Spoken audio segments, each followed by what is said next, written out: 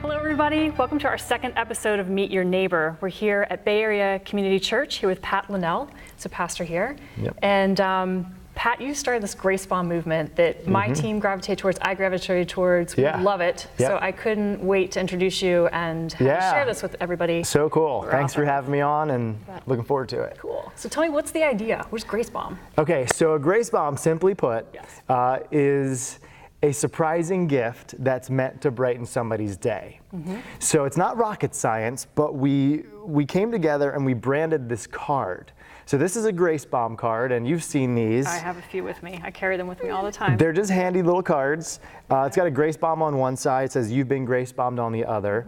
And this card actually accompanies a surprising gift. Maybe it's your spouse, maybe it's a child, maybe it's a roommate, or a complete stranger. You drop a gift, drop a Gracebomb card on them.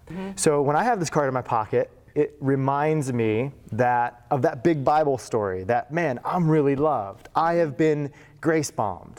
And so that just puts a pep in my step as I go out the door in the morning. But then it's also an excuse to disrupt my neighbor's day in a non-weird kind of way. And pay it forward initiatives are cool. I'm down with that. We need more of that. But those are random acts of kindness. Gracebombing is intentional acts of love. So this wasn't my idea. I drove home one night after a long day at work. I have 4 kids, and my third, 7-year-old, blonde hair, blue eye, little Scarlet. She runs up to the car. She says, "Dad, can you take me on a daddy-daughter date?" So we go to McDonald's and get an ice cream, talk about the highs and lows of 7-year-old life.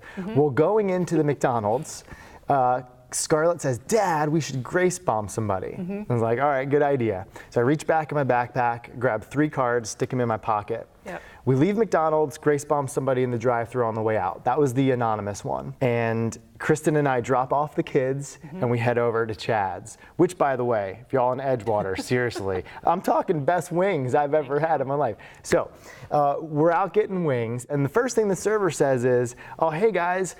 And she casually mentioned that the person or the couple that sat outside right before we got there had walked out on her. So I looked over at Kristen. Kristen looked back at me. I had 1 card left in my pocket, and I felt that tug. Like, oh, we're gonna pay that bill when we leave, and we're gonna make up for that walk check. We're just gonna Gracebomb her. So we did. A month later, I come back in for some to-go wings, and I meet you for the first time. So. Because the server shared the card that you left, and she was so embarrassed to have said anything in front of you, but then, I mean, it turned into something amazing. So she shared that with us and my husband and I said, that's such a great idea. So I wanted to take it to our team. So I gave them each a $100 bill and 3 Gracebombs. I said, go Gracebomb the community. And when I saw you, before I did that, I wanted to get permission, because I didn't know who you were, or any of that. So Chad's like, hey, Pat's here, and he's the guy with the Gracebomb, and blah, blah, blah. So I went up to you and said, do you mind if I borrow this idea? And you said, of course. I said, run with it. Amen, run, do it. So I did, and then our team loved it. They came back with their favorite story, and we put out one of our newsletters that came back to you in a weird way too. But they said that it really changed the way that they thought. So when they're out in the community, out in the neighborhood, they started thinking of what are other people's needs and how can I fulfill them.